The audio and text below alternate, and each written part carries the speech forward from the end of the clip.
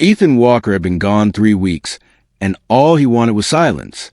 The drive from Denver into the Colorado high country was the same as always. Pines thickening, cell signal dying, the world narrowing to switchbacks and snow. His family's cabin sat at the end of a single, private road, miles from anyone. That isolation was the whole point. It was the one place that still felt like his. So when he rounded the final bend and saw fresh tire tracks cutting through last night's snowfall, something in his gut went cold. The storm had ended only hours ago. These tracks were new, and nobody had permission to be here. Then he saw the smoke, a thin gray ribbon curling from his chimney, against a sky the color of slate. Ethan eased his truck to the shoulder and just stared. The cabin should have been dark and empty, the way he'd left it. Instead, it looked occupied, lived in. He didn't drive closer. Years of working remote ranch land had taught him a simple truth. People who barge and get lied to. People who watch get the truth. Through the trees, he spotted it. A black SUV, polished and out of place against a rugged tree line, parked like it belonged there. Then the cabin door opened. A man stepped onto the porch with grocery bags in hand, moving with the easy comfort of someone who'd done this before. Ethan recognized him instantly. Richard Coleman, president of the HOA from a development a few miles down the mountain.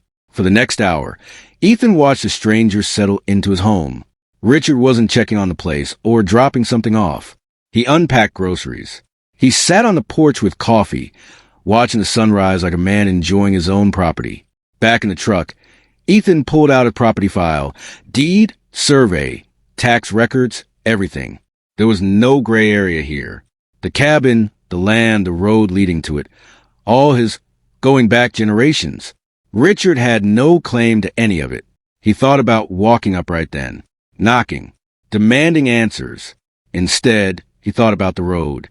There was only one way in and out of this property, a narrow gravel track winding down through the trees.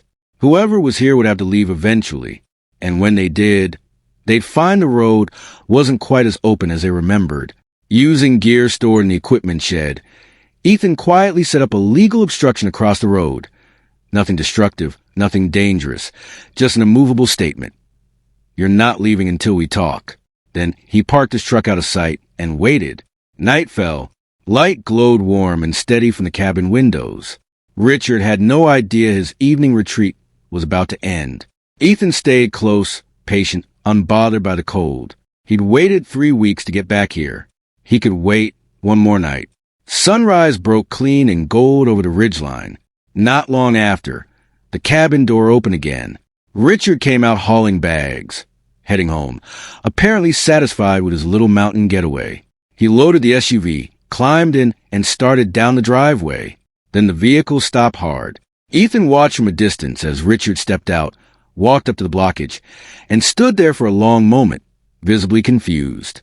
He circled it, checked both sides, looked for a gap that didn't exist. That's when Ethan stepped out from the tree line. Richard's head snapped toward him, and his expression cycled fast.